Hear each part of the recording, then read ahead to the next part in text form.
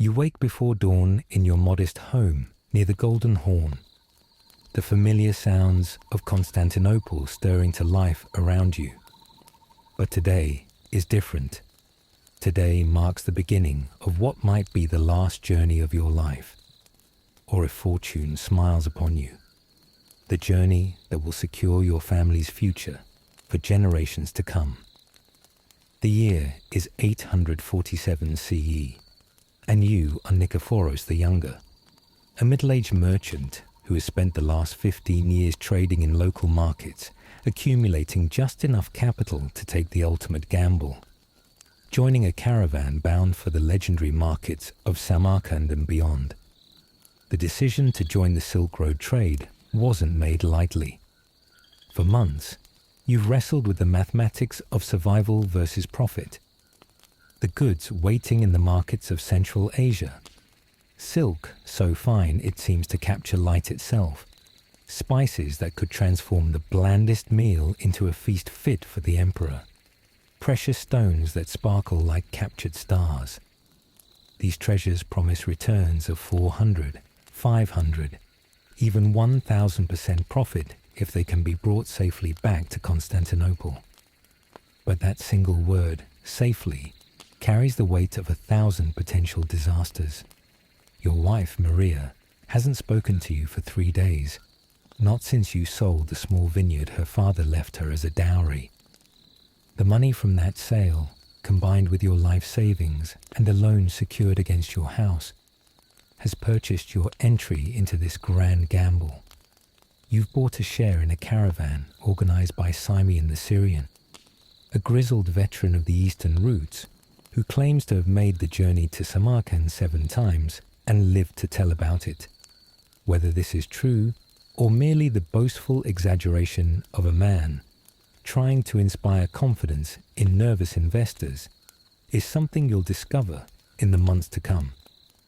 The mathematics of medieval trade were brutal in their simplicity. A bolt of the finest Chinese silk, purchased in Samarkand for perhaps 50 gold pieces, could be sold in Constantinople for 400 or more, assuming you could transport it safely across 3,000 miles of desert, mountain, and steppe. But for every story of spectacular profit, there were 10 stories of complete loss. Caravans that simply vanished into the vast emptiness of Central Asia, leaving behind only legends and the faint hope that somewhere, somehow, the missing merchants were living comfortable lives in distant cities rather than feeding the carrion birds of the Kazilkum Desert. You've heard all the stories, of course. Every merchant in Constantinople knows someone who struck it rich on the Silk Road. There's Georgios the Cappadocian, who supposedly returned from a single journey with enough wealth to buy 3 houses and a fleet of trading ships. But there's also Stephanos the Unfortunate, whose family still waits for news of his caravan that disappeared somewhere between Merv and Bukhara 12 years ago.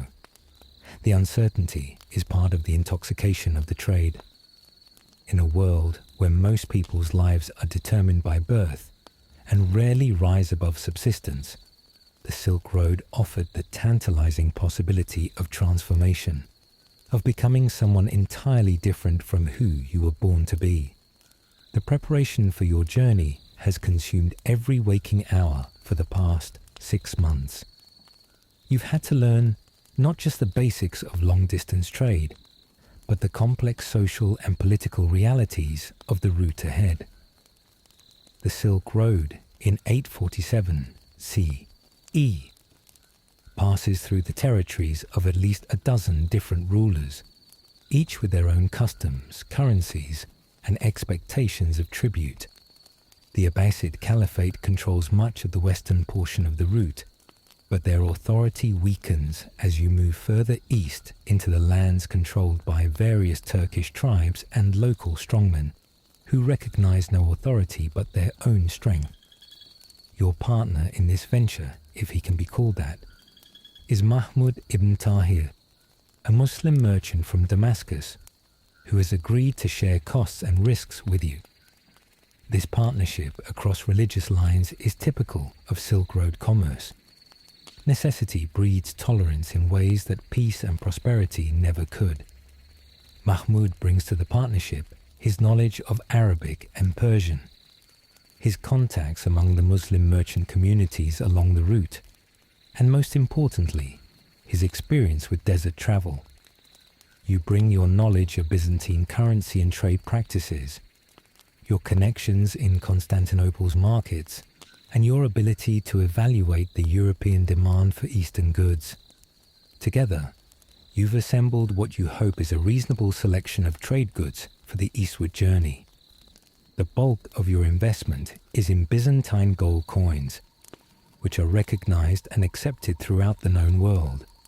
But you've also purchased several chests of fine Byzantine silk, a calculated irony, carrying silk to the land of silk, but Byzantine craftsmen have developed certain techniques and patterns that are prized even in China. You've also invested in coral from the Mediterranean, amber from the Baltic regions, and most importantly, several small bottles of theriac, the legendary cure-all made from dozens of ingredients including viper's flesh, which is worth its weight in gold in the markets of Central Asia. The weapons you carry are as important as the trade goods, perhaps more so. Your personal armament includes a Byzantine sword, a crossbow with 200 bolts, a long dagger, and a small shield decorated with Christian symbols that you hope might provide some protection against bandits who respect no earthly authority, but might pause before attacking someone under divine protection.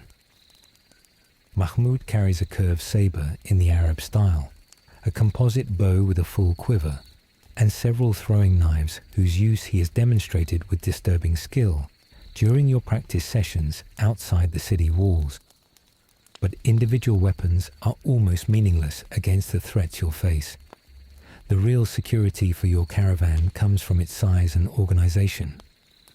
Simeon has assembled nearly 200 people for this expedition, including 40 armed guards, 20 guides and interpreters, and the rest merchants, servants, and craftsmen whose skills might prove essential during the long months ahead.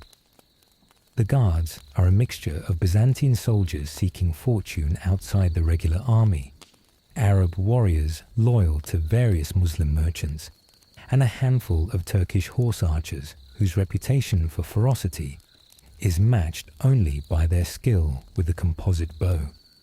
The animals that will carry your lives and fortunes across the ancient world are as carefully selected as the human members of the caravan.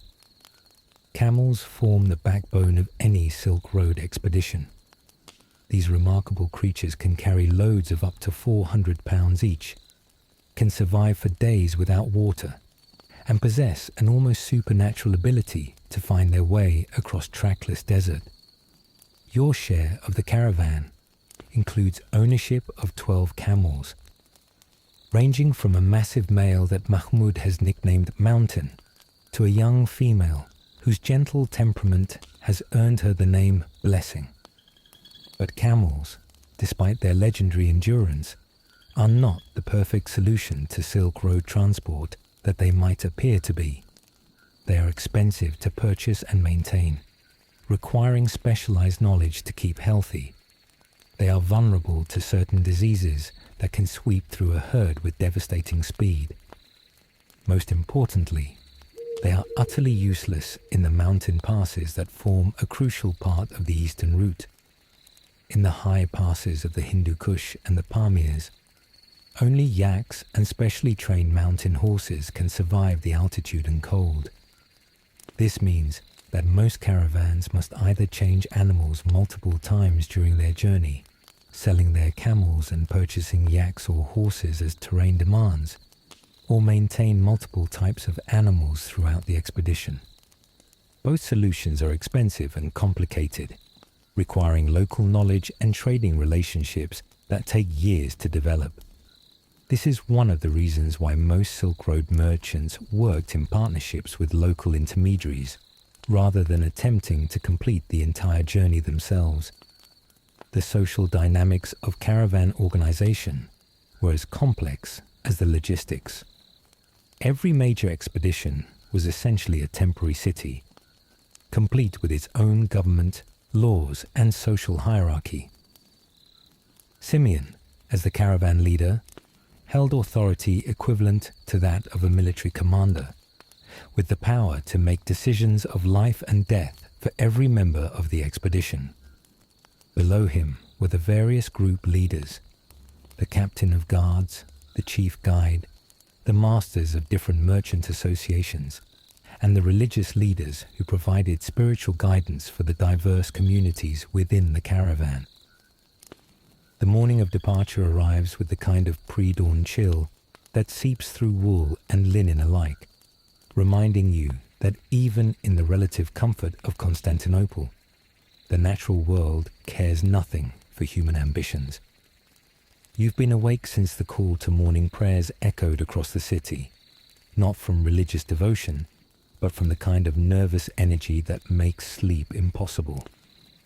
When you're about to embark on a journey that will either make or destroy you, Maria finally speaks to you as you're making your final preparations, her voice carrying the weight of 15 years of marriage and the knowledge that this might be the last conversation you ever have. "Promise me," she says, gripping your hands with surprising strength. "Promise me that if the journey becomes too dangerous, you'll turn back. No amount of gold is worth leaving me a widow." You make the promise, knowing even as the words leave your mouth that such promises are meaningless once you're 1,000 miles from home, facing decisions that can't be understood by anyone who hasn't stood in the middle of the Kizilkum Desert, watching their water supplies dwindle while bandits circle like wolves. The caravan assembly point is a large caravanserai just outside the city walls, a fortified compound specifically designed to accommodate the massive expeditions that regularly departed from Constantinople for destinations across the known world. By the time you arrive, the controlled chaos of departure preparations is already well underway. Hundreds of people move with practiced efficiency, loading pack animals, checking harnesses, and conducting the 1,000 small tasks that must be completed before such an expedition can safely begin its journey. The sound is overwhelming. Camels bellowing their displeasure at being loaded with heavy packs, horses whinnying and stamping, men shouting orders in half a dozen languages, the creaking of leather and wood as wagons are prepared for the road ahead. The smell is equally intense: animal sweat and dung, leather and metal, the exotic spices that are already being traded and evaluated, and underneath it all, the unmistakable scent of human fear and excitement that accompanies any great undertaking. You find Mahmoud near the section reserved for your joint cargo, supervising the loading of your precious trade goods onto the backs of your camels. Each animal will carry approximately 300 pounds of cargo, carefully balanced and secured with ropes and straps that have been tested and retested. The loading process itself is an art form. The weight must be distributed perfectly to avoid injuring the animals during the long journey ahead, and the most valuable items must be positioned where they can be quickly accessed if rapid unloading becomes necessary during an attack or emergency. Simeon the Syrian moves through the controlled chaos like a general reviewing his troops before battle, which in many ways is exactly what he's doing. At 57 years old, he claims to have survived more Silk Road expeditions than any other man currently living. A boast that may actually be true, given the mortality rate of his profession. His weathered face bears the scars of a dozen different disasters. A white line across his forehead from a bandit's sword, a missing piece of his left ear from frostbite in the high passes, and eyes that seem to see potential danger in every shadow and movement around him. He stops to speak with you and Mahmoud, his voice carrying the authority of a man who has made life and death decisions in circumstances that most people can't even imagine. "This is your last chance to reconsider," he says, looking directly at you with those unsettling eyes. "Once we leave the city walls, there's no safe way back until we reach Trebizond on the return journey. Everything between here and there wants to kill you. The weather, the bandits, the diseases, the animals, sometimes even your fellow travelers. Are you absolutely certain you understand what you're agreeing to?" The question isn't rhetorical. Every experienced Silk Road leader has seen merchants who seem prepared and determined in the safety of established cities, but who fell apart completely when faced with the realities of desert travel. The decision to continue or turn back isn't just personal. A single unreliable member can endanger the entire expedition through poor judgment, panic, or simple inability to maintain the pace required for group survival.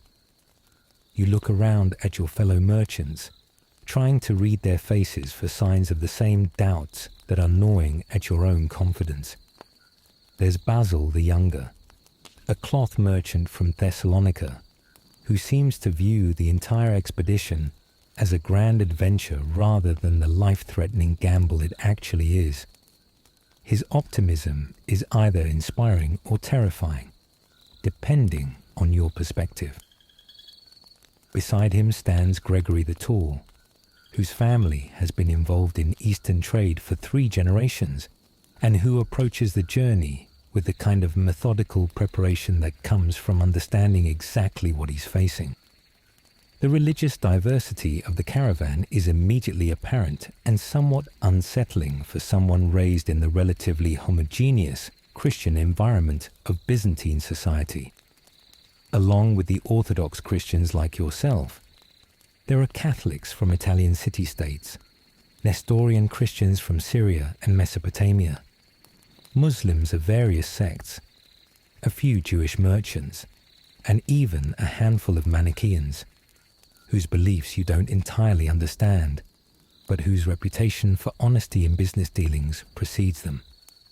This religious mixing isn't accidental or merely coincidental.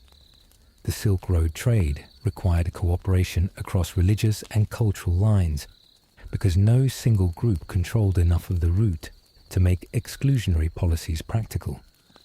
Muslim merchants needed Christian partners to navigate Byzantine bureaucracy and markets. Christian traders required Muslim allies to survive in the territories controlled by the Caliphate. Jewish merchants, with their far-flung communities and sophisticated credit systems, provided financial services that were essential for long-distance trade. Everyone needed everyone else, which created a practical tolerance that was rare in the medieval world. The final preparations involve ceremonies and rituals that reflect this religious diversity. The Christian merchants gather for a blessing from Father Methodios, an elderly priest who specializes in blessing trading expeditions and who speaks with the authority of someone who has sent hundreds of men on journeys from which they never returned. The Muslim members of the caravan conduct their own prayers under the direction of an imam who has made the pilgrimage to Mecca and who treats the coming journey with the reverence due to any potentially life-changing spiritual experience. You participate in the Christian ceremony, kneeling in the dust while Father Methodios calls upon Saint Nicholas, the patron saint of merchants and travelers, to protect the expedition from the dangers ahead. The familiar words of the prayer are comforting, but you can't help but notice that the priest's blessing includes specific protections against desert heat, mountain cold, bandit attacks, disease, starvation, thirst, and the madness that comes to men who travel too far from the lands of their birth. It's not exactly a confidence-inspiring list. The practical preparations are equally sobering. Each merchant must carry personal supplies for at least 3 months of independent survival, assuming that the caravan might be split up by circumstances beyond anyone's control. Your personal kit includes several changes of clothing, appropriate for both desert heat and mountain cold, a waterproof ground cloth, a small cooking pot, a sharp knife, basic medical supplies, and most importantly, a small leather pouch containing enough gold coins to purchase food and shelter if you become separated from the main group. But perhaps the most important preparation is mental.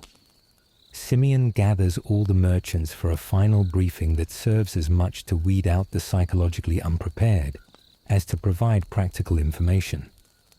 He speaks matter-of-factly about the realities ahead, the probability that some members of the expedition will die from disease, exposure, or violence, the certainty that everyone will suffer from hunger, thirst, and physical exhaustion, the likelihood that the caravan will face attacks from bandits who view merchants as convenient sources of wealth and supplies. "I've made this journey 8 times, he tells the assembled merchants, and I've never completed it without losing people. The Silk Road doesn't care about your families back home, your business plans, or your dreams of wealth.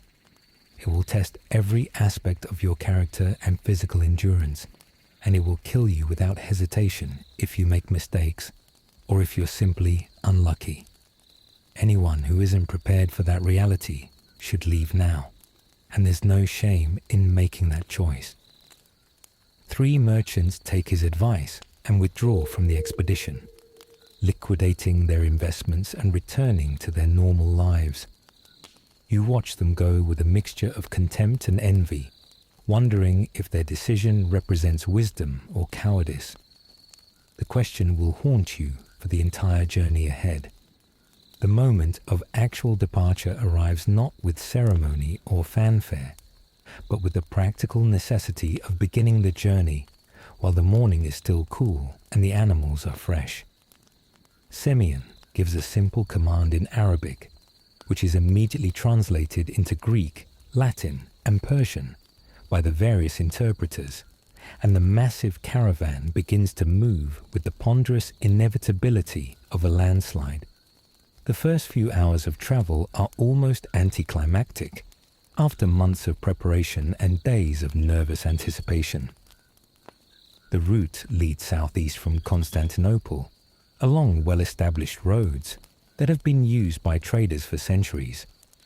The countryside is familiar and comfortable, rolling hills covered with olive groves and vineyards, small villages where curious children run out to watch the caravan pass, roadside inns where you could stop for a comfortable meal and a soft bed if circumstances were different. But even in this familiar territory, the realities of caravan travel begin to assert themselves. The pace is slower than you expected, limited by the walking speed of heavily loaded camels and the need to keep the massive group together. Stragglers can quickly become lost or separated, and in territory where bandit attacks are always possible, maintaining group cohesion is a matter of survival rather than mere convenience. The social hierarchy of the caravan becomes apparent as the day progresses. The armed guards ride at the front, sides, and rear of the column, their weapons clearly visible and their attention constantly focused on the surrounding terrain. The most experienced merchants travel near the front of the group, while newcomers, like yourself, are positioned in the middle, where you can be more easily supervised and protected. The servants and hired laborers walk alongside the animals, constantly adjusting loads, checking for injuries or equipment problems, and maintaining the complex logistics that keep such an expedition moving. Your own position in this hierarchy is somewhat ambiguous. As a Byzantine merchant with significant financial investment in the expedition, you're entitled to ride rather than walk, but your lack of experience with Eastern trade relegates you to a subordinate position among the merchant community. Mahmud, despite being your partner, clearly commands more respect from both the Syrian expedition leader and the other experienced traders. This is your first lesson in the meritocracy of the Silk Road. Reputation and proven survival skills matter more than wealth or social position in your home city. The first night's camp is established in a way that seems to follow ancient traditions rather than written rules. The guards establish a perimeter. The animals are arranged in groups according to type and ownership, and the human members of the expedition arrange themselves in clusters based on religion, ethnicity, and business relationships. Cooking fires are lit according to dietary restrictions.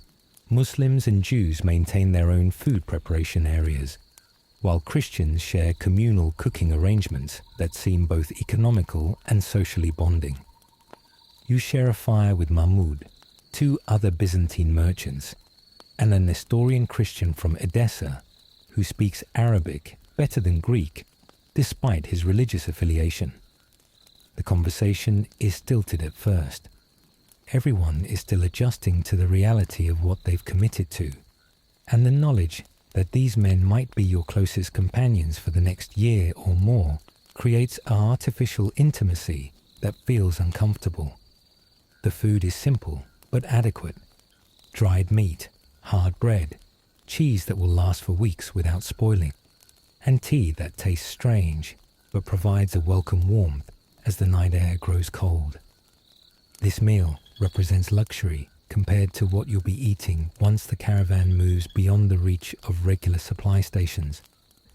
In the deep desert and high mountain passes, food becomes a matter of survival rather than pleasure, and every meal that doesn't leave you hungry is a minor victory. Sleep comes fitfully, interrupted by unfamiliar sounds and the knowledge that armed guards are walking the perimeter of the camp throughout the night. The ground is harder than any bed you've ever experienced, and despite the waterproof ground cloth, dampness seems to seep through every layer of protection. This is your first taste of the physical discomfort that will become your constant companion for the months ahead. The second day begins before dawn with the efficiency that speaks to Samian's experience and the practiced routine of the guards and servants.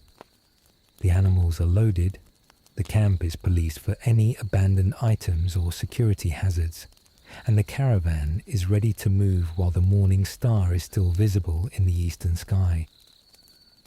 The pace is slightly faster than the previous day, as both humans and animals begin to find their rhythm, but the underlying tension remains palpable. As the familiar landscape of Byzantine territory begins to give way to the more exotic terrain of Anatolia, you realize that you've crossed an invisible but crucial threshold. The villages become smaller and more isolated, the roads less well maintained, and the faces of the local people more suspicious of strangers. You're moving beyond the reach of Byzantine authority and entering the contested borderlands where survival depends more on strength and reputation than on law and civilization. The transformation isn't sudden but gradual, like watching the sun set over a landscape that slowly becomes less familiar and more threatening. The olive groves and vineyards give way to rougher terrain. The roadside inns become fortified caravanserais designed more for protection than comfort, and the local population begins to include more Turkic and Arab faces alongside the familiar Greek and Armenian features of Byzantine territory. Mahmud seems to become more animated and confident as the caravan moves into territory where his language skills and cultural knowledge become increasingly valuable.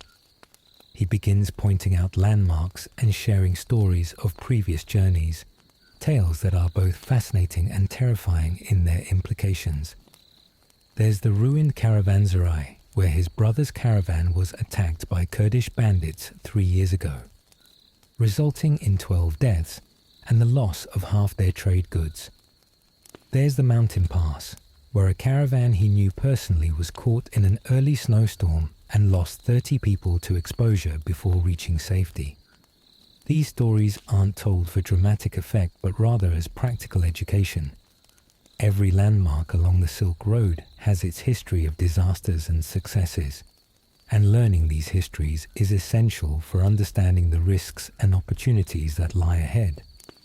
The veteran merchants and guides share this knowledge freely because they understand that the survival of inexperienced expedition members affects the safety and success of the entire group.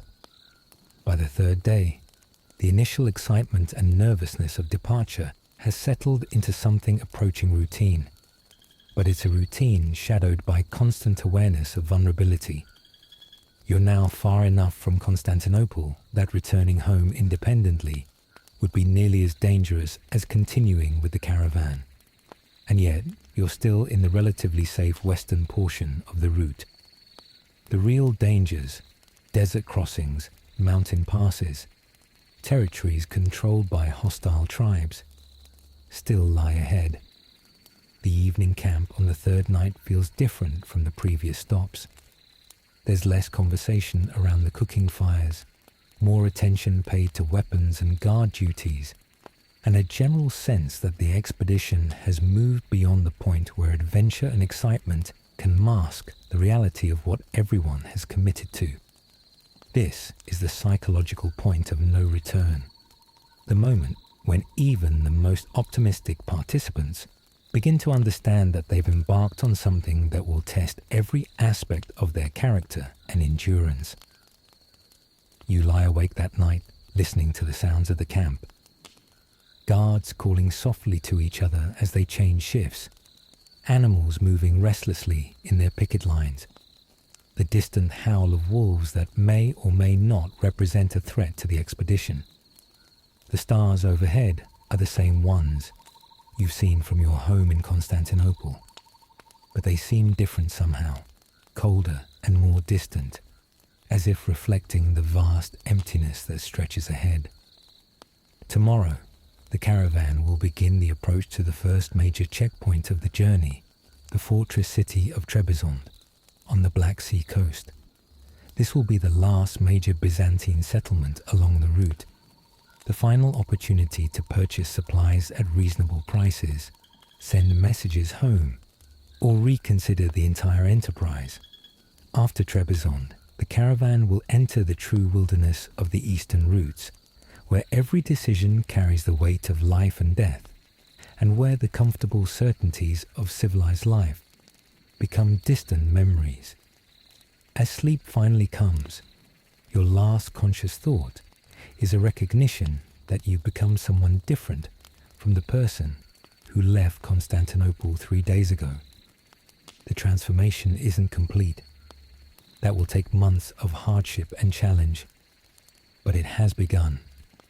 You're no longer simply a merchant from the capital city of the Byzantine Empire. You're becoming something more dangerous and more vulnerable. A Silk Road trader, gambling everything on the possibility that human courage and endurance can overcome the indifferent hostility of the natural world.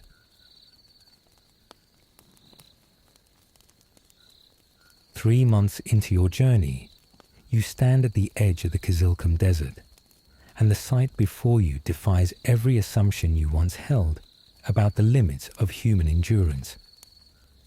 The landscape stretches to the horizon in every direction, like a vast, sun-bleached skull, broken only by the occasional rocky outcropping that offers the mockery of shade without the substance of relief.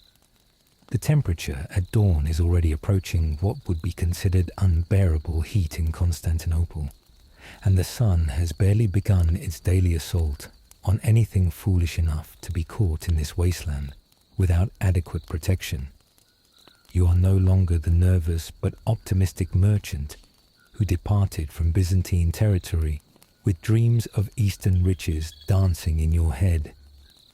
That person has been systematically stripped away by 3 months of hardship that has redefined your understanding of what the human body and spirit can endure. Your hands, once soft from a life of urban commerce, are now permanently stained and scarred from handling rope, leather, and the countless sharp edges that define caravan life. Your face, despite the protection of head wraps and wide-brimmed hats, bears the permanent bronze of someone who has spent months under skies that offer no mercy to human frailty. The transformation isn't merely physical. Your mind has adapted to a different rhythm of existence, one measured not in hours or days, but in the distance between water sources, the condition of your animals, and the ever-present calculations of survival that occupy every waking moment. You've learned to sleep despite the sounds of wolves, to eat food that would have disgusted you 6 months ago, and to make decisions based on probabilities of death rather than possibilities of profit. Mahmoud stands beside you, his experienced eyes scanning the desert ahead, with the practiced assessment of someone who has crossed such terrain before and lived to remember the lessons it taught. The next 4 days will determine whether we live or die as men, he says quietly, his voice carrying none of the dramatic flair that such a statement might have possessed in the comfortable surroundings of Constantinople. Here, in the face of the Kizilkum, it's simply a factual observation about the immediate future. Simeon has gathered the entire caravan for what he calls desert discipline instruction, a briefing that serves both to educate the inexperienced and to remind the veterans of mistakes that can kill with shocking swiftness in the environment ahead.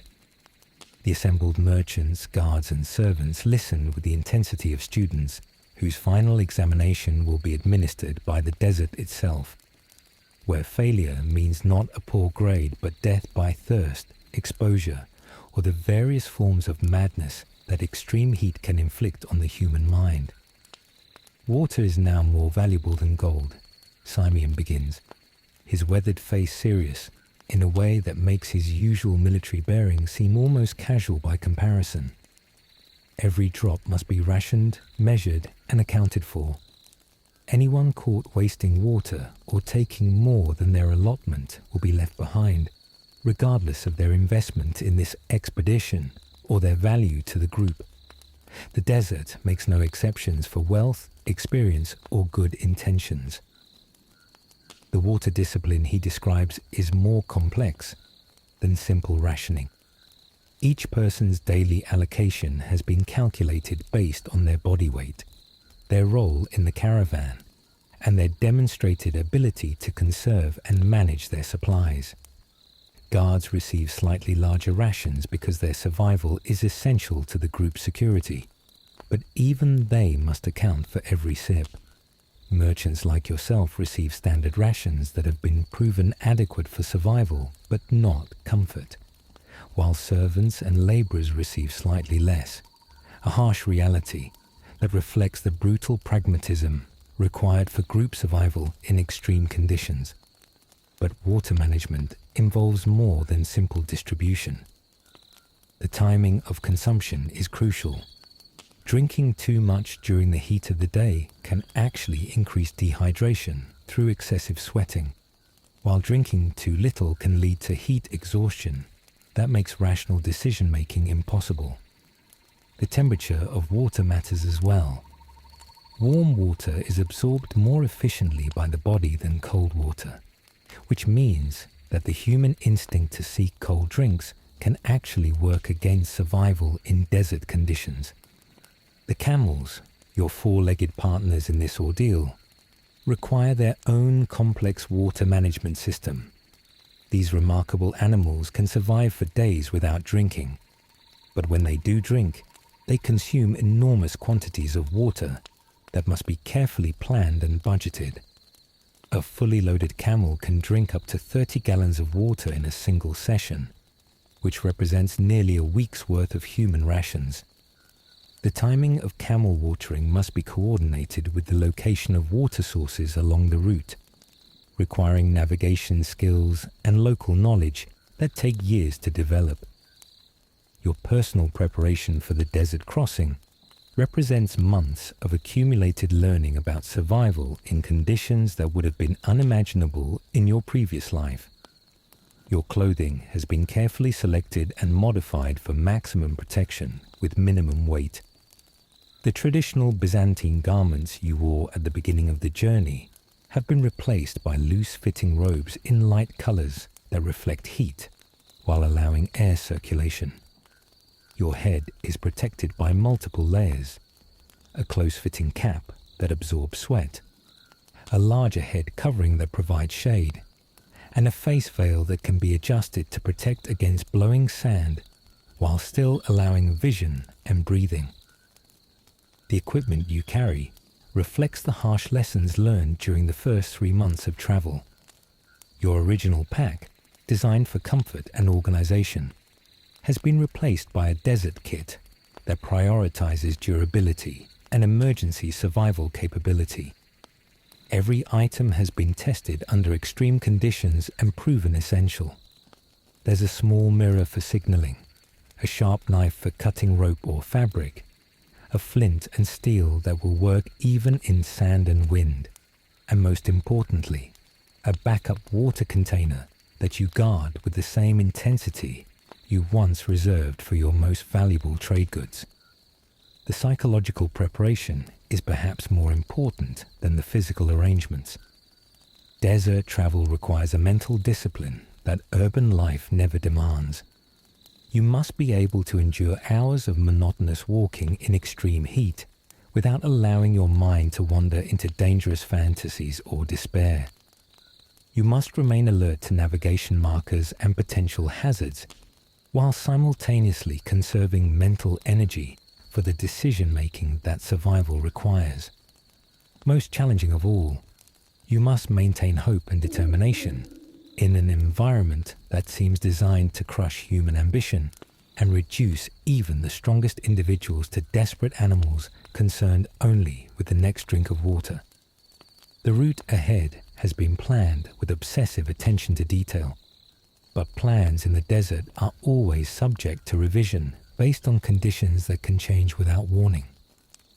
The intended path will take the caravan from one known water source to another, with each day's journey calculated to end at a location where both humans and animals can replenish their supplies. But sandstorms can obscure landmarks, political conflicts can make certain water sources inaccessible, and mechanical failures can delay progress to the point where reaching the next planned stop becomes impossible. The first day in the desert proper begins while the stars are still visible, with the caravan moving in the pre-dawn darkness to take advantage of the coolest hours of the day. By the time the sun crests the eastern horizon, you've already been walking for 2 hours, and the temperature is beginning its relentless climb toward levels that will make midday travel not just uncomfortable, but genuinely dangerous for anyone not adapted to such conditions. The landscape around you is simultaneously monotonous and treacherous. What appears from a distance to be flat, uniform terrain reveals itself upon closer inspection to be riddled with hidden obstacles. Patches of soft sand that can trap heavily loaded animals, rocky outcroppings that force lengthy detours, and sudden dips and rises that are invisible until you're almost upon them. Navigation requires constant attention to subtle landmarks that would be meaningless to an untrained eye, but that mean the difference between life and death to an experienced desert guide. Your camel, the patient animal that has carried your trade goods and survival supplies for hundreds of miles, begins to show the strain of desert travel in ways that are both fascinating and terrifying to observe. Her breathing becomes more labored as the day progresses, and despite her legendary ability to conserve water, you can see the telltale signs of stress around her eyes and in the way she holds her massive head. The load she carries, which seemed reasonable in the cooler regions to the west, now represents a potentially deadly burden in conditions where every additional pound of weight translates directly into increased water consumption and reduced endurance. The social dynamics of the caravan begin to shift in subtle but important ways as the desert imposes its own hierarchy of competence and endurance. Merchants who commanded respect in civilized cities find themselves dependent on guides and guards whose knowledge of desert survival suddenly becomes more valuable than any amount of gold or commercial experience. Your own position in the group's informal pecking order continues to decline as your inexperience with extreme conditions becomes increasingly apparent with each passing hour. Mahmoud moves through the heat with the practiced efficiency of someone who has learned to conserve energy while maintaining the alertness required for survival. He demonstrates techniques for desert walking that minimize exertion while maximizing progress. A shuffling gait that reduces the energy required to lift feet from the sand. A breathing pattern that helps regulate body temperature. And most importantly, a mental approach that accepts discomfort as inevitable while maintaining focus on the immediate tasks required for survival. The desert will offer you bargains, he explains during a brief rest stop in the inadequate shade of a rocky outcropping. It will suggest that you can rest a little longer, drink a little more water, remove some of your protective clothing to cool off. These bargains all lead to death. The desert is not negotiating with you in good faith. It wants to kill you, and it will use your own comfort and convenience against you if you allow it. This anthropomorphization of the desert as a conscious enemy, rather than simply a harsh environment, reflects a psychological adaptation that seems common among experienced Silk Road travelers. By treating the natural world as an intelligent adversary, merchants and guides can maintain the mental alertness required for survival, while avoiding the despair that comes from viewing their situation as a meaningless struggle against indifferent forces beyond human control. The first death of the desert crossing occurs on the second day, and it serves as a brutal education in the margins of error that define survival in such conditions. Georgios the Fat, a cloth merchant from Smyrna, who had seemed robust and well prepared during the earlier portions of the journey, collapses during the hottest part of the day and cannot be revived despite the immediate attention of the caravan's most experienced desert hands. The cause of death is officially listed as heat exhaustion, but the reality is more complex and more terrifying. Georgios had been gradually falling behind the pace required for group survival, consuming slightly more than his water ration to compensate for his body's inefficient response to extreme heat, and making small errors in judgment that compounded over time into a fatal combination of dehydration, exhaustion, and what the guides quietly call sand madness. The psychological breakdown that can affect even experienced travelers when the stress of desert survival exceeds the mind's ability to cope. The burial is conducted with efficiency that seems callous, but that reflects the harsh necessities of caravan travel. There's no time for extended mourning rituals, no possibility of transporting the body to consecrated ground, and no luxury of grieving in the manner that would be appropriate in civilized surroundings.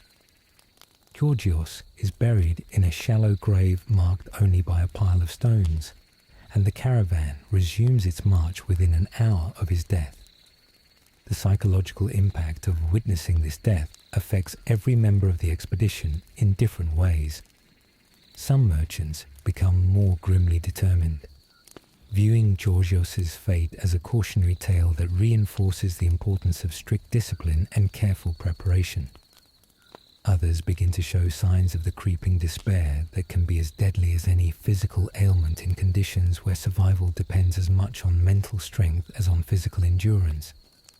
Your own reaction surprises you with its complexity. There's grief for a man you had come to know and respect during the earlier portions of the journey, but there's also a cold calculation about what his death means for your own survival prospects. His camels and trade goods will be distributed among the surviving merchants according to pre-arranged agreements, which means a slight improvement in your own logistical situation. His death also serves as a reminder of mistakes to avoid and warning signs to recognize in yourself and others.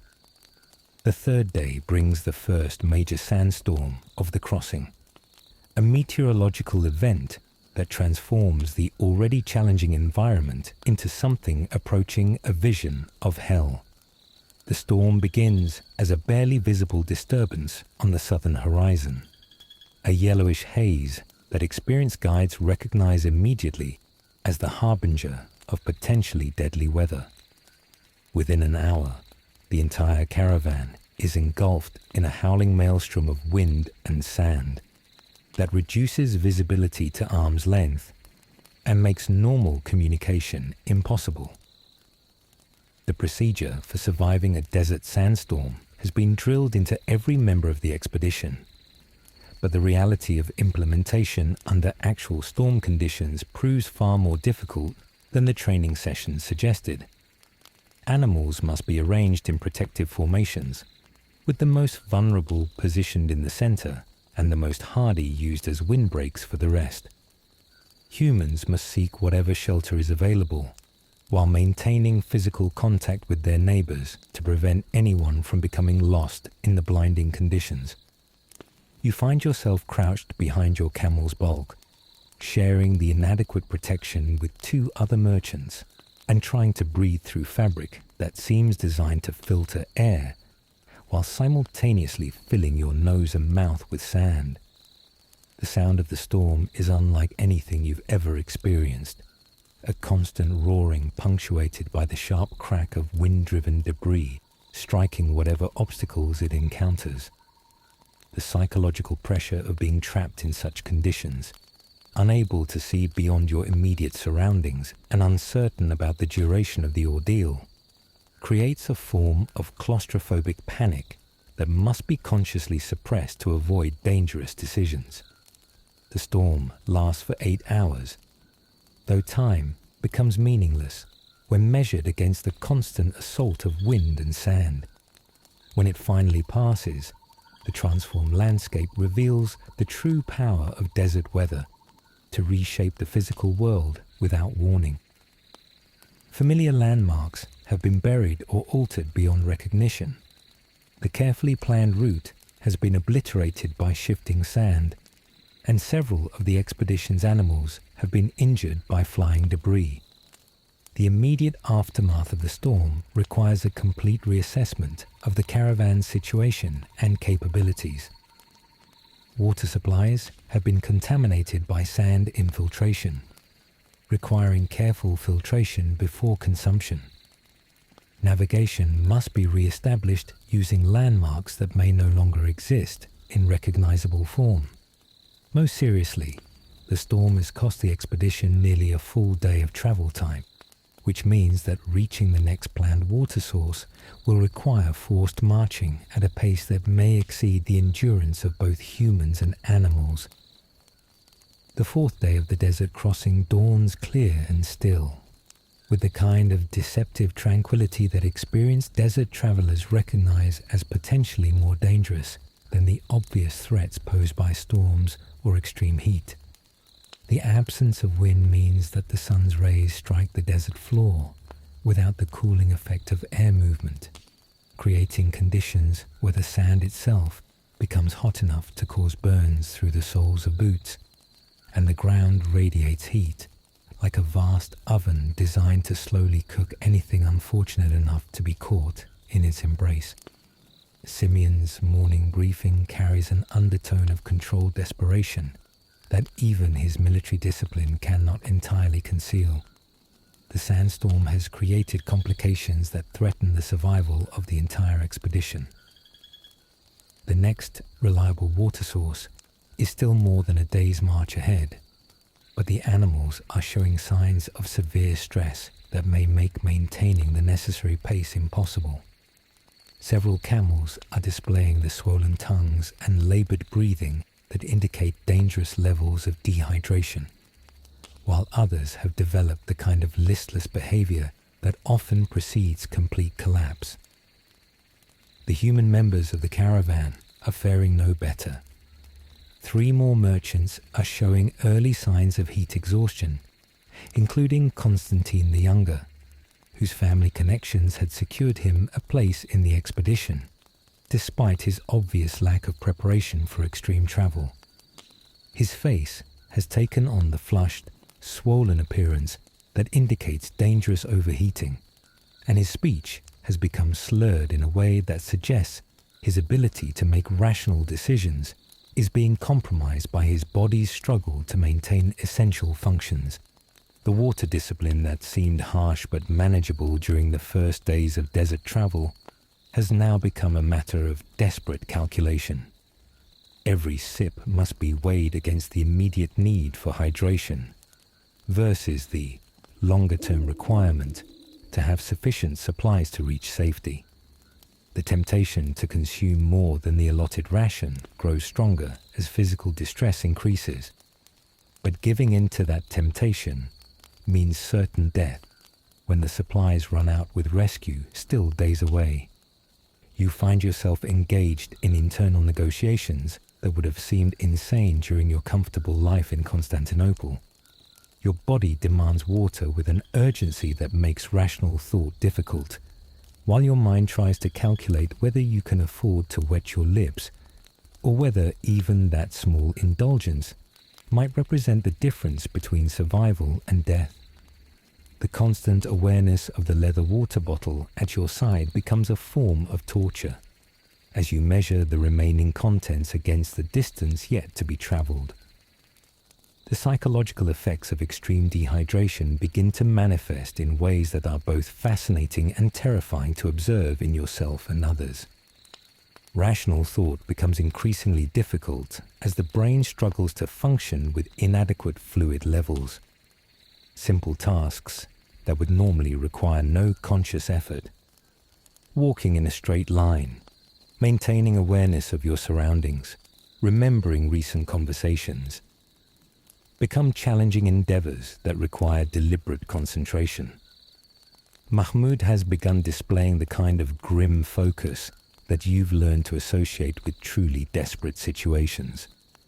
His usual willingness to share knowledge and provide encouragement has been replaced by a mechanical efficiency that conserves both physical and emotional energy for essential survival tasks. When you ask him about the likelihood of reaching the next water source, his response is brutally honest. If the camels hold out, we live. If they don't, we die. Everything else is just conversation.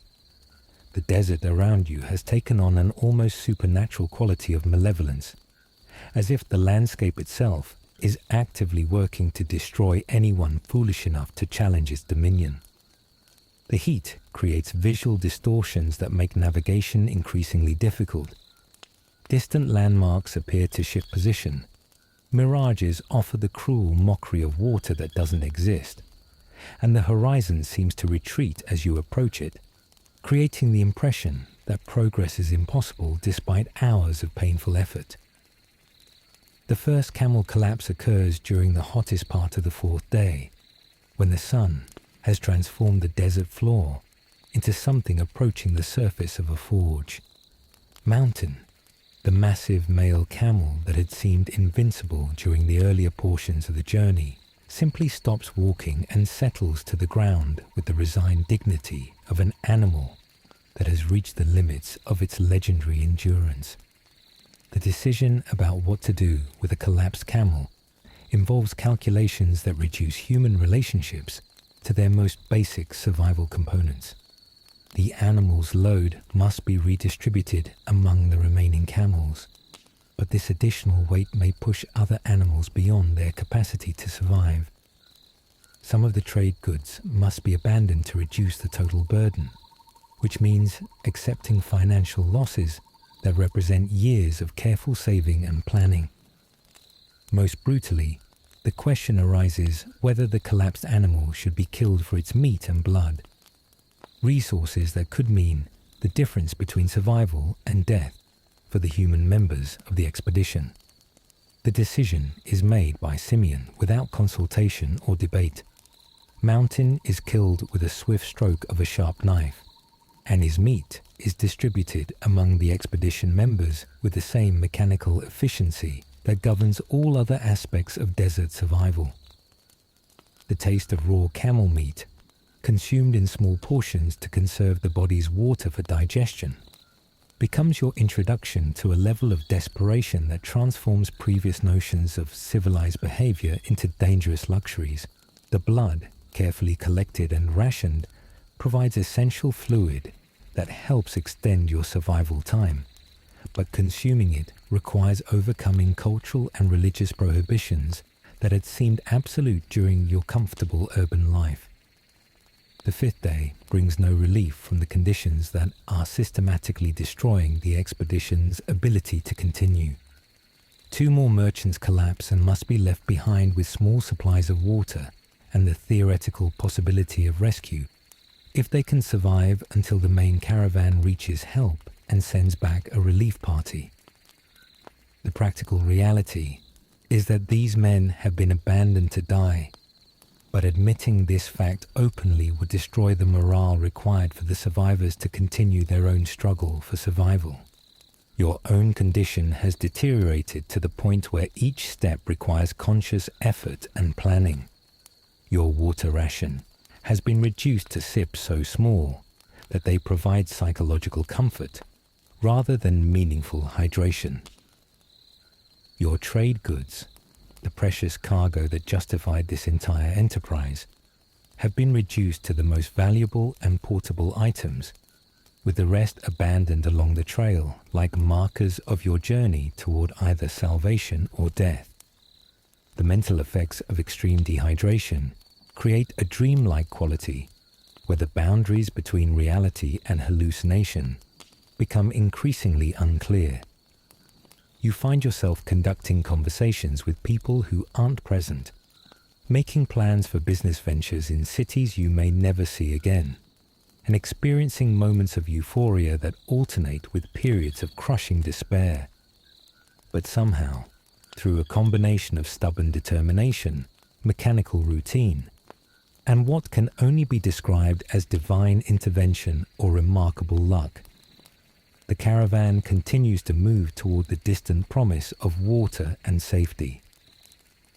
The next morning, when hope has been reduced to the simple ability to take another step, Mahmud's shout of joy announces the sight that means the difference between life and death. The green vegetation and stone walls that mark the oasis of Kiva, where wells of sweet water wait to restore life to the handful of survivors who have proven themselves capable of enduring the desert's ultimate test. The approach to salvation comes not with dramatic rescue or sudden relief, but with the gradual recognition that you have survived something that kills most people who attempt it. The taste of cool, clean water after days of desperate rationing creates a physical and emotional release that reduces grown men to tears of gratitude. You have been transformed by the desert crossing from a comfortable urban merchant into something harder and more resilient, but also more aware of the fragility of human life and the narrow margins that separate survival from death in a world that cares nothing for human ambitions or dreams.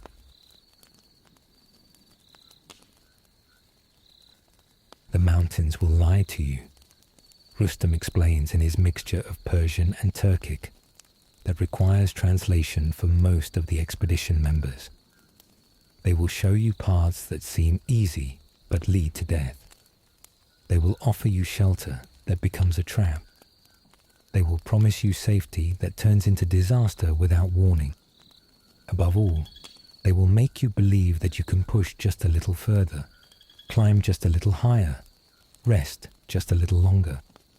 These are the lies that kill people in the high places. The altitude sickness that affects everyone to some degree as the caravan climbs into the rarefied air of the high passes creates symptoms that range from merely uncomfortable to genuinely life-threatening. The headaches begin almost immediately as the reduced oxygen levels force your cardiovascular system to work harder to maintain essential body functions. Sleep becomes difficult, as your body struggles to adapt to breathing patterns that were never designed for such thin air. Most dangerously, the euphoria and impaired judgment that can accompany severe altitude sickness make it difficult to recognize when you're approaching the limits of safe exertion.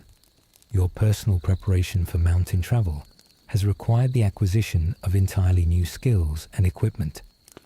The walking techniques that proved adequate for desert travel become dangerous liabilities on terrain where a single misplaced step can result in falls that would be immediately fatal. You've had to learn the proper use of climbing ropes, ice axes, and the specially designed boots with metal spikes that provide traction on ice and snow-covered rock. The mental preparation is perhaps more challenging than the physical adaptations. Mountain travel requires a different kind of courage from desert survival. Where the desert offered the abstract threat of dying slowly from thirst or exposure, the mountains present immediate visible dangers that require constant vigilance and split-second decision-making.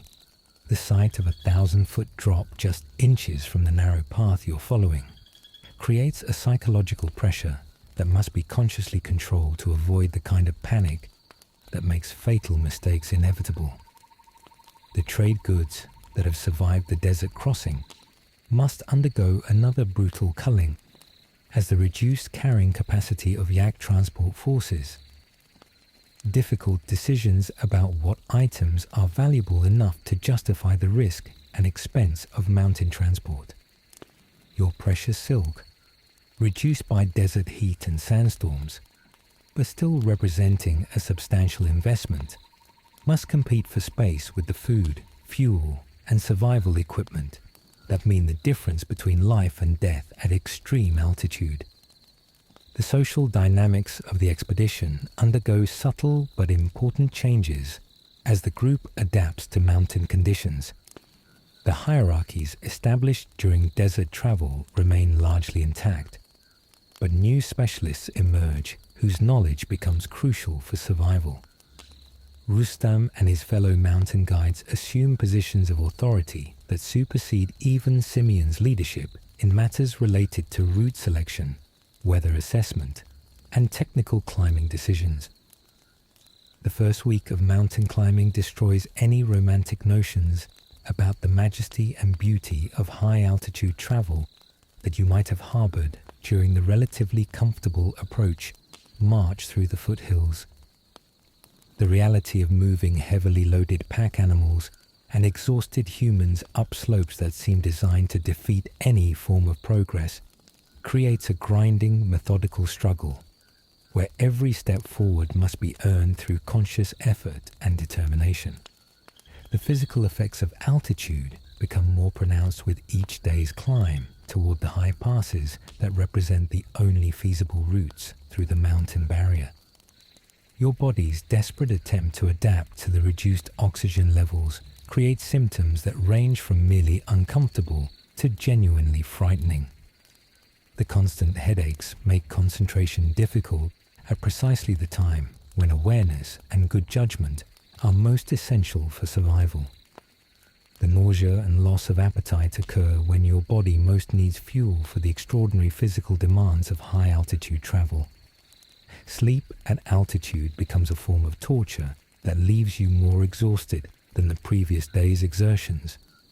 The thin air makes normal breathing patterns inadequate for maintaining oxygen levels during rest, creating a cycle where your body repeatedly wakes you with the panicked sensation of suffocation.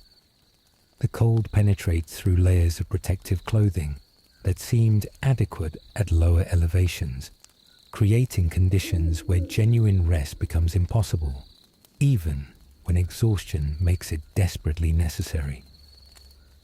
The yaks that have replaced your camels prove to be remarkable animals, whose adaptations for high-altitude survival seem almost magical to someone accustomed to the limitations of lowland creatures. Their massive lungs and oversized hearts pump blood efficiently, even in air too thin for normal animals to survive, while their thick coats provide insulation against cold that would be fatal to unprotected humans.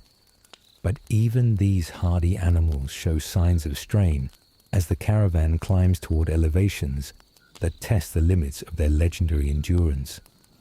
The first serious accident occurs during the second week of mountain travel, when Constantine the Younger, the merchant whose lack of preparation has been evident since the beginning of the expedition, loses his footing on a narrow ledge and falls nearly 50 feet before his safety rope stops his descent. The fall itself doesn't kill him, but the injuries he sustains, broken ribs, a dislocated shoulder, and internal damage that causes him to cough blood, create a medical emergency that threatens not just his own survival, but the safety of the entire expedition. The decision about what to do with a seriously injured expedition member in terrain where evacuation is impossible involves calculations that reduce human compassion to its most basic survival components. Constantine cannot travel under his own power, which means that other members of the expedition must carry him, reducing the group's overall movement speed and increasing the risk that everyone will be caught in dangerous conditions. His injuries require medical attention that doesn't exist and painkillers that aren't available, while his moans of agony create a psychological burden that affects the morale of everyone within earshot. Simeon makes the decision with the same brutal efficiency that has characterized his leadership throughout the journey. Constantine will be left at a stone shelter with enough supplies to last several days, along with one volunteer to care for him, and the theoretical possibility that a rescue party might be able to reach him after the main caravan completes the mountain crossing. The practical reality, understood by everyone but spoken by no one, is that both men have been abandoned to die, but maintaining the fiction of possible rescue helps preserve the psychological stability required for the survivors to continue. You volunteer to stay with Constantine, driven by a mixture of Christian compassion and guilt over your relief that someone else's misfortune has absorbed the mountain's hunger for human sacrifice. But Simeon rejects your offer with the kind of practical assessment that has kept him alive through multiple Silk Road expeditions. You're inexperienced and wouldn't be able to help him survive any longer than he will alone, he explains without emotion. More importantly, your trade goods represent too large an investment to risk on someone who's probably going to die anyway. The volunteer who stays behind is Gregory the Tall, the veteran merchant whose family has been involved in Eastern trade for generations and who approaches the decision with a kind of methodical acceptance that comes from understanding exactly what such a choice means. His farewell to the expedition is conducted with the same efficiency that governs all other aspects of mountain survival. There's no time for extended emotional displays, no luxury of proper leave-taking rituals, and no possibility of changing the decision once it's made. The psychological impact of leaving two men behind to almost certain death affects every member of the expedition differently, but the effect is universal in its power to strip away whatever illusions about the nature of Silk Road travel might have survived the desert crossing. You're no longer part of a commercial venture that happens to involve some personal risk. You're participants in a form of organized suicide, where survival depends on the willingness to sacrifice anyone whose continued presence threatens the group's collective chances of reaching safety. The climbing becomes more technical as the caravan approaches the highest passes, requiring the use of ropes, ice axes, and climbing techniques that push both humans and animals to the absolute limits of their capabilities. The narrow paths carved into cliff faces thousands of feet above valley floors create conditions where a single misstep means immediate death, while the constant threat of rockfall or avalanche makes every moment of forward progress a gamble against forces beyond human control. Your own climbing skills, developed through painful trial and error during the approach to the high passes, prove barely adequate for the technical challenges ahead. The proper use of climbing ropes requires techniques that must be learned through practice. But practice in these conditions means risking your life to acquire skills that you need to avoid risking your life. The paradox creates a psychological pressure that must be consciously managed to avoid the kind of panic that makes fatal mistakes inevitable. The weather at high altitude changes with a speed and violence that makes the desert sandstorms seem like minor inconveniences by comparison. Conditions that seem manageable can deteriorate within minutes into storms that make travel impossible and survival questionable. The wind at high altitude carries a cutting edge that penetrates through layers of protective clothing, while the combination of cold and thin air creates an environment where exposed skin can suffer frostbite within minutes of being uncovered. Mahmoud, your partner in this increasingly desperate enterprise, has begun to show signs of the psychological strain that affects everyone who spends extended periods at extreme altitude. His usual confidence and practical competence remain intact during the immediate demands of climbing and survival. But during rest periods, he displays a kind of dreamy disconnection from reality that experienced mountain travelers recognize as a dangerous symptom of altitude-induced mental impairment. The approach to the highest pass of the mountain crossing brings weather conditions that transform the already desperate situation into something approaching a fight for survival against the mountain itself. A late-season storm system moves in from the north with the kind of sudden violence that mountain weather is famous for, turning a difficult but manageable climb into a race against time, where delay means death by exposure for every member of the expedition. The storm begins as a barely noticeable increase in wind speed and a subtle change in the quality of light that experienced mountain guides recognize immediately as the harbinger of potentially fatal weather.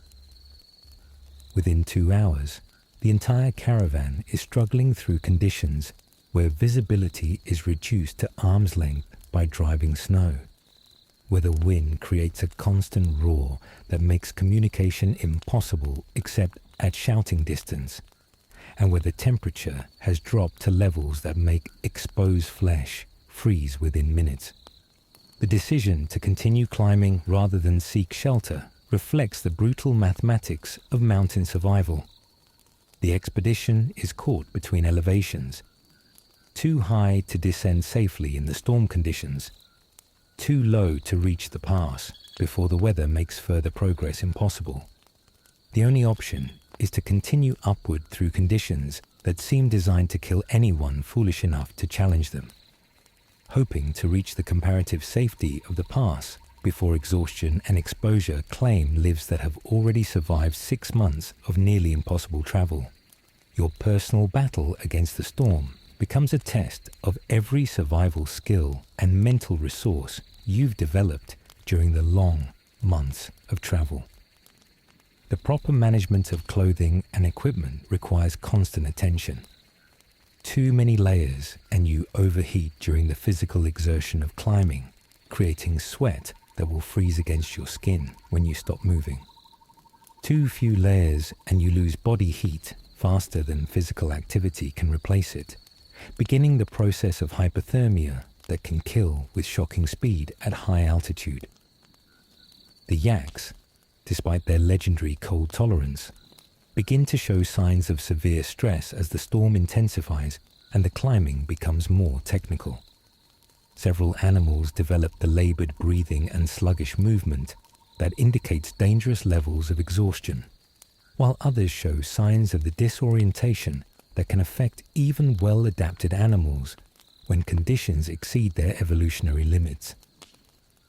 The loss of pack animals at this stage of the journey means not just the abandonment of trade goods, but the potential loss of food and survival equipment that the human members of the expedition cannot carry themselves. The first human casualty of the storm occurs when Ahmad the Syrian, one of the more experienced members of the expedition, simply stops moving during the most difficult section of the climb and cannot be revived despite the immediate attention of the guides and his fellow merchants. The cause of death appears to be a combination of altitude sickness, exhaustion, and hypothermia. But the exact sequence of events is less important than the immediate decision about what to do with his body and possessions. The burial is conducted with the same efficiency that has characterized all other aspects of mountain survival. Ahmad's body is left beside the trail with a small cairn of stones to mark his passing, while his trade goods and personal equipment are distributed among the surviving expedition members according to pre-arranged agreements. The entire process takes less than 30 minutes, not from callousness, but from the practical reality that extended exposure to storm conditions would endanger everyone else's survival. The psychological impact of witnessing another death under such extreme conditions creates a form of emotional numbness that seems to be a necessary adaptation for continued survival. You find yourself viewing Ahmad's death not as a tragedy, but as a practical problem that has been solved through efficient distribution of his resources. The transformation of your emotional responses would have horrified your former self, but it represents the kind of psychological adaptation that mountain survival requires. The final approach to the pass requires technical climbing skills that push every member of the expedition beyond their previous experience and training. The route follows a narrow ledge carved into a cliff face that drops thousands of feet to the valley floor below, while ice and snow make every handhold and footstep a gamble against forces that could send you falling into space with no possibility of survival.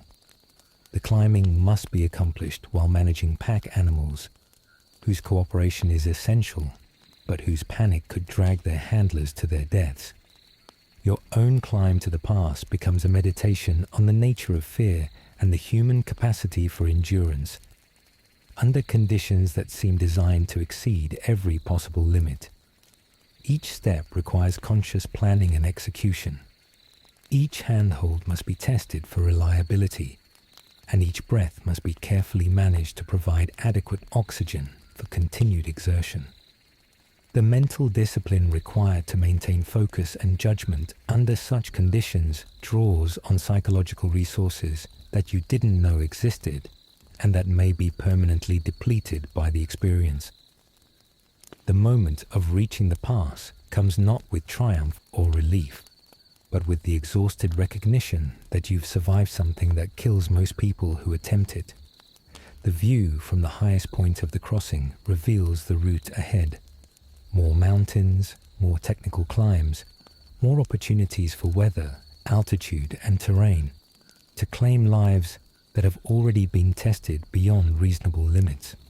But it also reveals something else: the distant sight of valleys and lower elevations, where survival becomes possible rather than merely theoretical. The decision to continue climbing rather than seek shelter reflects the brutal mathematics of mountain survival.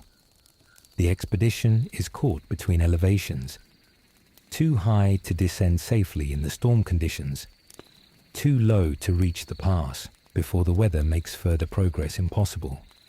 The only option is to continue upward through conditions that seem designed to kill anyone foolish enough to challenge them, hoping to reach the comparative safety of the pass before exhaustion and exposure claim lives that have already survived 6 months of nearly impossible travel.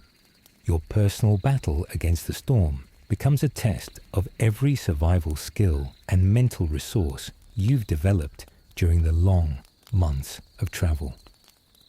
The proper management of clothing and equipment requires constant attention. Too many layers and you overheat during the physical exertion of climbing, creating sweat that will freeze against your skin when you stop moving. Too few layers and you lose body heat faster than physical activity can replace it, beginning the process of hypothermia that can kill with shocking speed at high altitude. The yaks, despite their legendary cold tolerance, begin to show signs of severe stress as the storm intensifies and the climbing becomes more technical. Several animals develop the labored breathing and sluggish movement that indicates dangerous levels of exhaustion, while others show signs of the disorientation that can affect even well-adapted animals when conditions exceed their evolutionary limits. The loss of pack animals at this stage of the journey means not just the abandonment of trade goods, but the potential loss of food and survival equipment that the human members of the expedition cannot carry themselves. The first human casualty of the storm occurs when Ahmad the Syrian, one of the more experienced members of the expedition, simply stops moving during the most difficult section of the climb and cannot be revived despite the immediate attention of the guides and his fellow merchants. The cause of death appears to be a combination of altitude sickness, exhaustion, and hypothermia. But the exact sequence of events is less important than the immediate decision about what to do with his body and possessions. The burial is conducted with the same efficiency that has characterized all other aspects of mountain survival.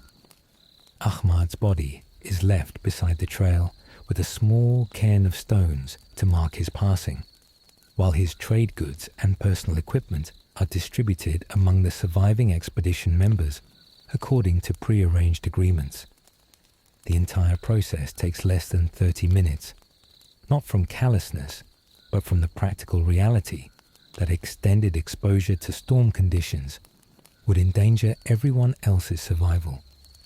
The psychological impact of witnessing another death under such extreme conditions creates a form of emotional numbness that seems to be a necessary adaptation for continued survival.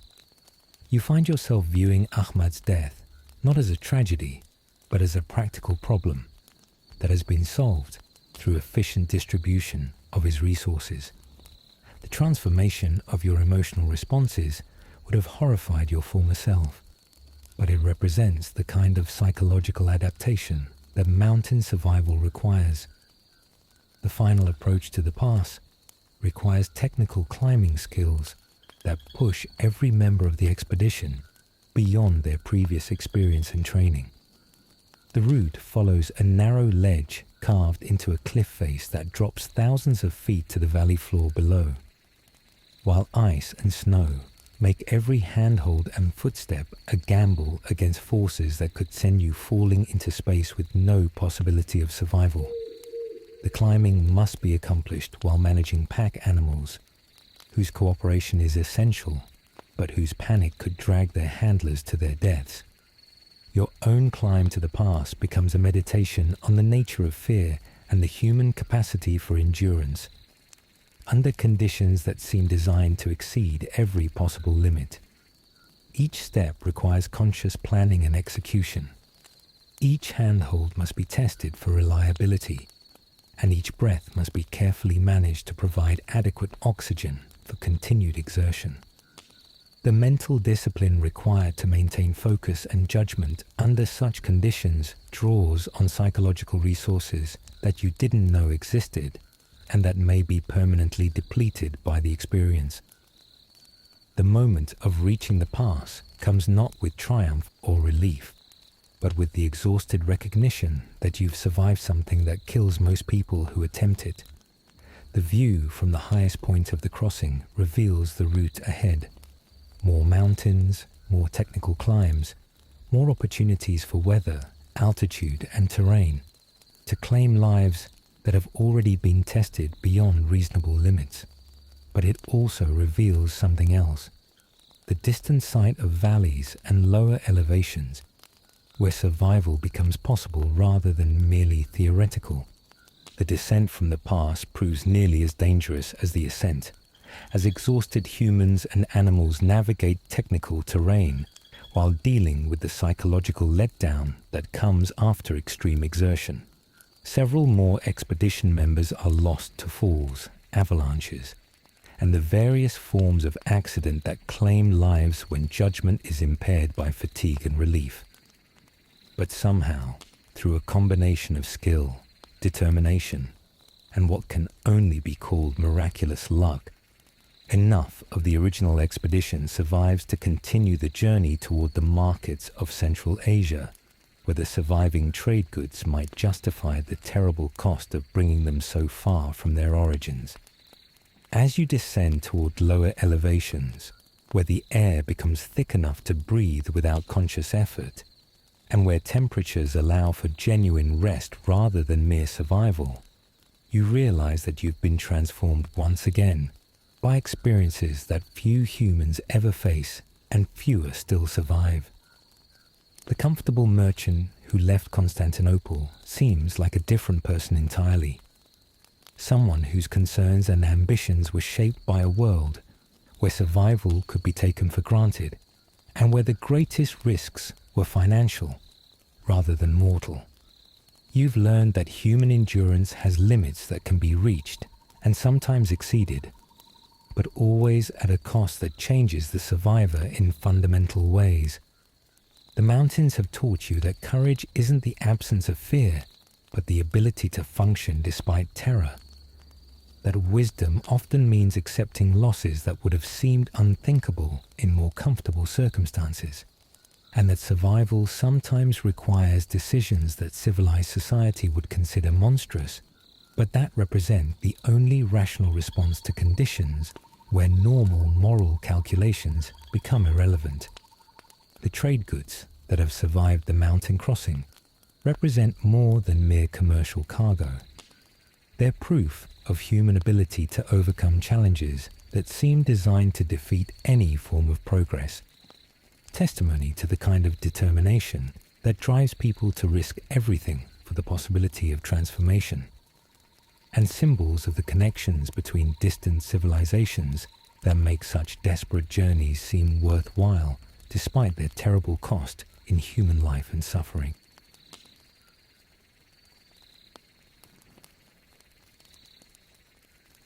"8 months into your journey, having survived the furnace of the desert and the killing cold of the mountain passes, you enter territory where the greatest threat to your survival comes not from the indifferent hostility of nature, but from the calculated malevolence of your fellow human beings. The bandits who control vast stretches of the Silk Road approach robbery and murder with the same professional competence that you once brought to commercial transactions, and their knowledge of the terrain, the trade routes, and the weaknesses of merchant caravans has been refined through generations of successful predation on travelers who had no choice but to pass through their domains. Your caravan, reduced by death and desertion from its original complement of nearly 200 people to fewer than 60 survivors, enters the territory controlled by the Kara-Kitai Confederation with the desperate efficiency of prey animals entering a region known to be hunted by apex predators. Every aspect of the expedition's organization must be recalculated for dealing with threats that think, plan, and adapt their tactics based on careful observation of their intended victims. The transformation in the caravan's daily routine reflects the shift from surviving natural hazards to defending against human enemies. Guard duties are doubled, with armed men maintaining constant vigilance throughout daylight hours and elaborate watch systems during the vulnerable hours of darkness. The order of march is reorganized to provide maximum protection for the most valuable cargo, while ensuring that armed defenders can respond quickly to attacks from any direction. Most importantly, the expedition adopts a level of operational security that treats every stranger as a potential scout for bandit forces and every piece of information as potentially valuable intelligence for enemies who might use it to plan more effective attacks. Simeon's briefings take on the characteristics of military planning sessions, rather than commercial expedition management meetings. The threats ahead are not abstract possibilities, but documented realities based on the accumulated experience of merchants who have survived passage through bandit territories and the intelligence gathered from local sources whose reliability must be constantly evaluated and cross-checked against other information sources. Bandits are not random criminals looking for opportunities to steal from travelers. Simeon explains to the assembled survivors of the desert and mountain crossings. They are professional military organizations whose entire economy is based on extracting tribute from merchant traffic. They have scouts who monitor the approaches to their territory, intelligence networks that provide detailed information about the cargo and defensive capabilities of approaching caravans, and tactical expertise that has been developed through years of successful operations against people exactly like us. The intelligence briefing that follows represents knowledge acquired at the cost of blood and treasure by merchants who paid for their education through experiences that few live to remember. The Karakitai Confederation controls territory that includes several essential water sources and mountain passes, making it impossible for caravans to avoid their domain through alternate routes. Their military organization includes light cavalry units that can move faster than heavily laden caravans, giving them the ability to choose when and where to engage. Most dangerously, their leadership includes former military officers from various armies who bring professional tactical knowledge to what might otherwise be disorganized raiding activities. The bandits' operational methods reflect a sophisticated understanding of the economics and logistics of long-distance trade. Rather than simply attacking caravans and stealing whatever they can carry, they operate what amounts to an extortion system where merchant expeditions are taxed for passage through their territory. The tribute demanded is calculated to be less than the total value of the caravan's cargo, but more than most expeditions can afford to pay without bankrupting their investors. This creates situations where merchants must choose between financial ruin and the risks of attempting to fight their way through territory controlled by forces specifically organized to prevent such escape attempts. Your own preparation for entering bandit territory involves learning skills that would have seemed absurd during your comfortable life as an urban merchant, but that now represent essential survival capabilities. Weapons training that began as a precautionary measure during the early stages of the journey has evolved into serious military instruction. Your crossbow skills, developed through months of practice during evening camps, must now be refined to combat standards where accuracy under stress can mean the difference between life and death. The psychological preparation for possible combat proves more challenging than the physical training. Learning to shoot accurately at wooden targets is a different skill entirely from being able to aim at another human being who is simultaneously trying to kill you. The mental discipline required to function effectively during violence creates its own form of stress that must be managed alongside the immediate tactical demands of survival in hostile territory. Mahmoud, whose experience with Eastern trade has included previous encounters with bandit forces, provides instruction in the brutal realities of combat at close quarters. His lessons go beyond simple weapons handling to include the psychological techniques for managing fear during violence, the practical methods for assessing enemy intentions and capabilities, and most importantly, the decision-making processes that determine when to fight, when to negotiate, and when to surrender as the least costly option for group survival. Bandits are businessmen. Mahmoud explains during a weapons practice session that doubles as tactical instruction. They want to profit from our passage through their territory, not necessarily to kill us all and take everything we own. Dead merchants don't return next year with more goods to tax, but they will kill anyone who threatens their control or who might serve as an example to other travelers who might be considering resistance. This pragmatic approach to bandit relations involves calculations that reduce human interactions to their most basic economic components. The amount of tribute demanded must be weighed against the probable costs of resistance, including not just the immediate risks of combat, but the longer-term consequences of being marked as a troublesome caravan, that requires special attention from bandit forces. The decision about whether to pay or fight becomes a business calculation, where lives are valued in terms of their contribution to expedition survival and success. The caravan's defensive preparations transform the expedition from a commercial venture into something approaching a military unit. Weapons are distributed according to demonstrated competence and reliability, rather than financial investment in the enterprise. Guard duties are assigned based on proven ability to remain alert and functional under stress. Most importantly, command authority is restructured to ensure that tactical decisions can be made quickly during emergencies when democratic consultation would be fatal to group survival. Your own role in the expedition's defensive organization reflects your evolution from inexperienced merchant to hardened survivor of extreme travel conditions. Your demonstrated reliability during the desert crossing and mountain climbing has earned you a position of responsibility that would have been unthinkable at the beginning of the journey. You're assigned to command a section of the caravan's defensive perimeter, responsible for the safety of other merchants, whose survival may depend on your ability to make life and death decisions under conditions of extreme stress.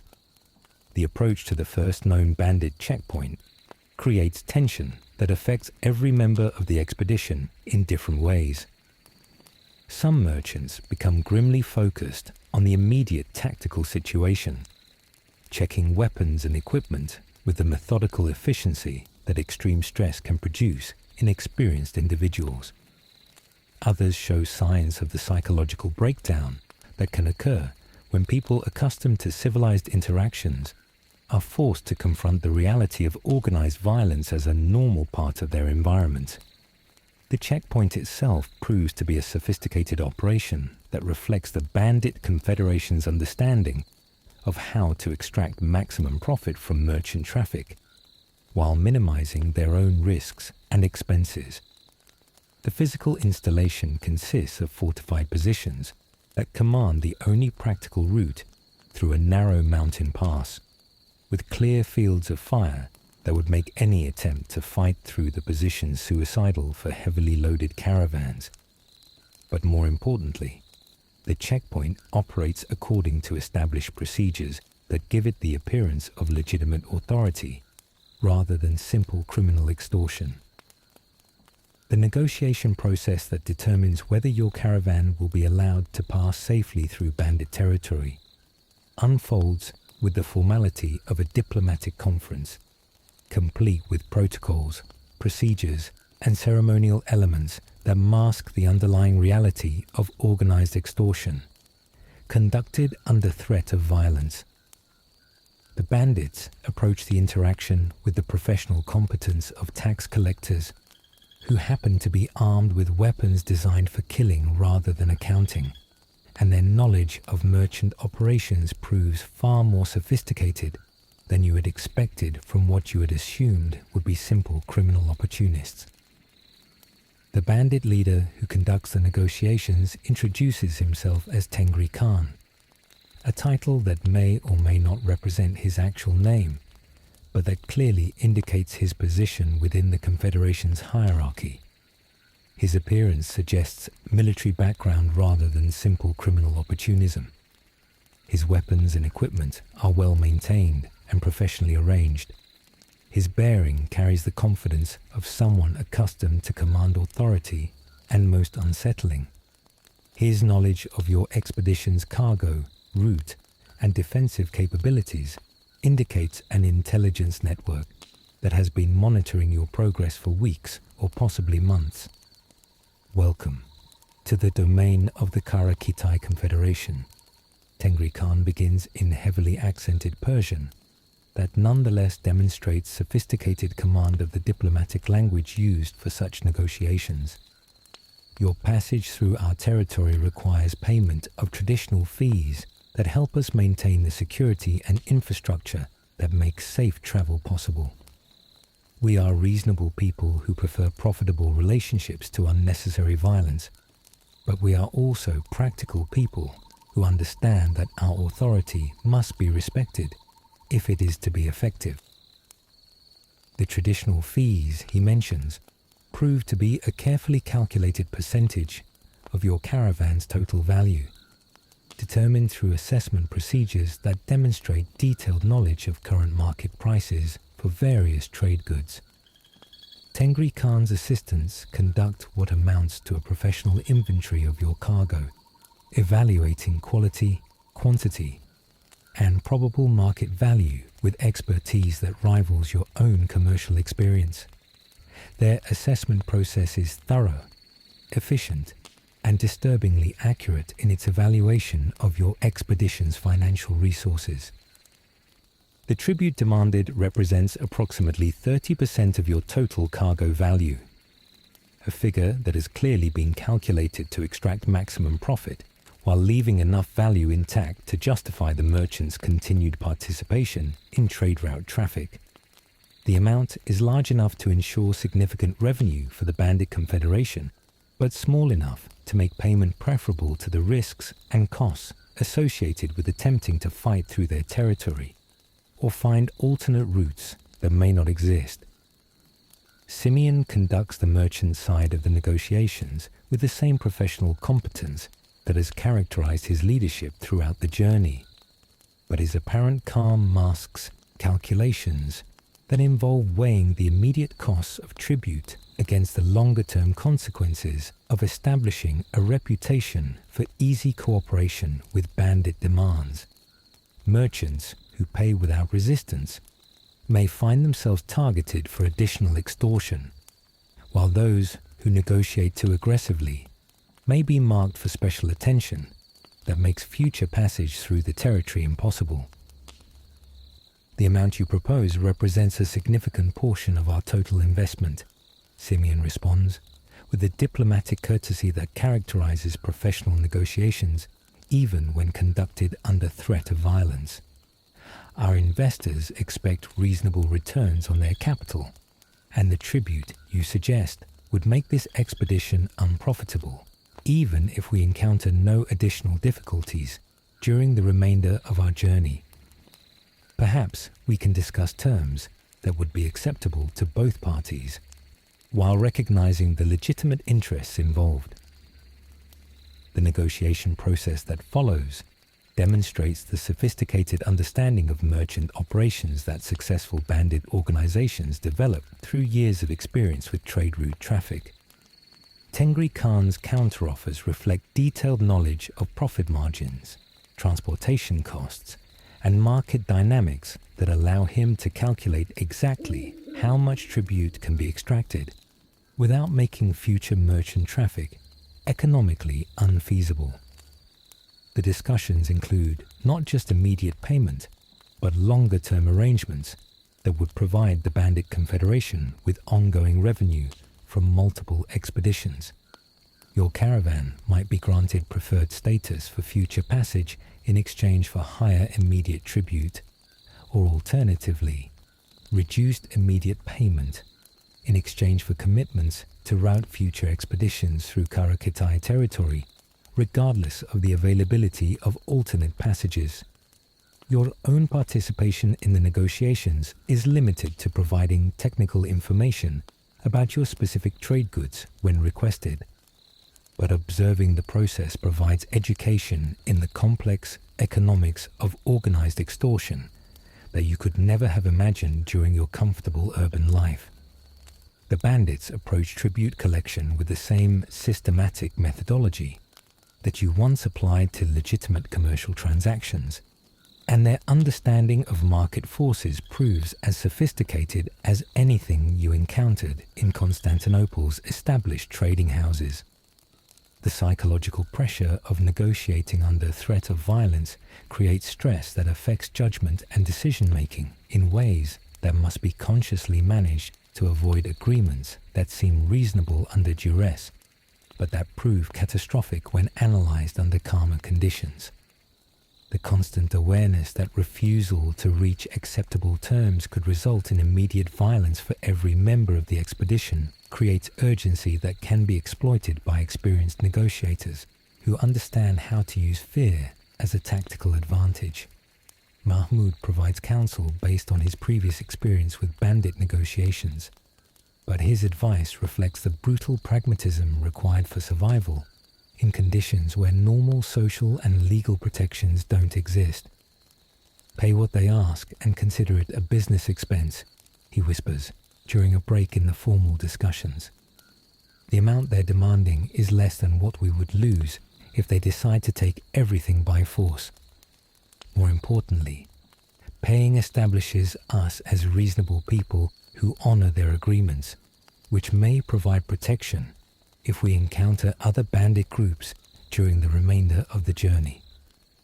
The final agreement reached after hours of careful negotiation represents a compromise that leaves everyone dissatisfied but alive.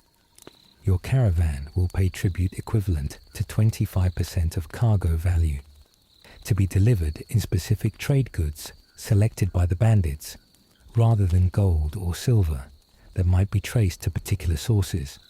In exchange, the Confederation will provide written safe passage documents that should protect the expedition from additional extortion by their subsidiary groups, along with intelligence about route conditions and other bandit organizations that might be encountered during the continuing journey. The tribute payment process itself demonstrates the professional organization that distinguishes successful bandit confederations from simple criminal gangs. The goods selected for payment are evaluated by experts who understand their quality and market value, then loaded onto pack animals with the same care and efficiency that characterizes legitimate commercial operations. The entire transaction is documented with written records that suggest sophisticated administrative capabilities designed to track tribute payments and ensure that agreements are honored by both parties. The weeks following the initial tribute payment reveal the complex reality of traveling through territory where organized bandit confederations maintain what amounts to parallel government authority alongside or instead of official state control. Your caravan's safe passage documents provide protection from the Karakitai Confederation's own forces, but the territory ahead contains multiple competing groups whose relationships with each other range from alliance to active warfare, creating conditions where yesterday's guarantee of safety can become tomorrow's death warrant if political circumstances change without warning. The route through bandit territory requires constant navigation between competing zones of control where different groups maintain authority through force of arms rather than legal recognition. Your expedition must stay informed about current alliances, recent conflicts, and shifting territorial boundaries that can change the political landscape faster than merchant caravans can adapt their travel plans. Information becomes as valuable as trade goods, and the intelligence networks that provide updates about route conditions operate according to their own economic logic, where accurate data commands premium prices, while false information can be sold to unsuspecting travelers as a form of additional profit. The second bandit encounter occurs at a river crossing, where the local strongman has established what amounts to a toll booth operation designed to extract additional tribute from merchant traffic, regardless of any previous arrangements with other bandit groups. The leader of this operation, a former cavalry officer who introduces himself as Captain Yusuf, claims that his authority is independent of the Karakitai Confederation and that your safe passage documents have no validity in his territory. The papers you carry were issued by people who have no authority over this crossing, Captain Yusuf explains with the calm certainty of someone whose position is backed by armed men positioned to prevent any attempt at unauthorized passage. My organization maintains the bridge, secures the approaches against hostile forces, and provides protection services that your previous arrangements did not include. Payment for these services is required before passage can be authorized. The tribute demanded at the river crossing represents an additional 10% of your remaining cargo value, calculated with the same professional competence that characterized the previous negotiation, but applied to an already reduced inventory. The cumulative effect of multiple tribute payments threatens to eliminate any possibility of profit from the entire expedition, transforming what began as a commercial venture into an expensive lesson in the realities of trade route politics.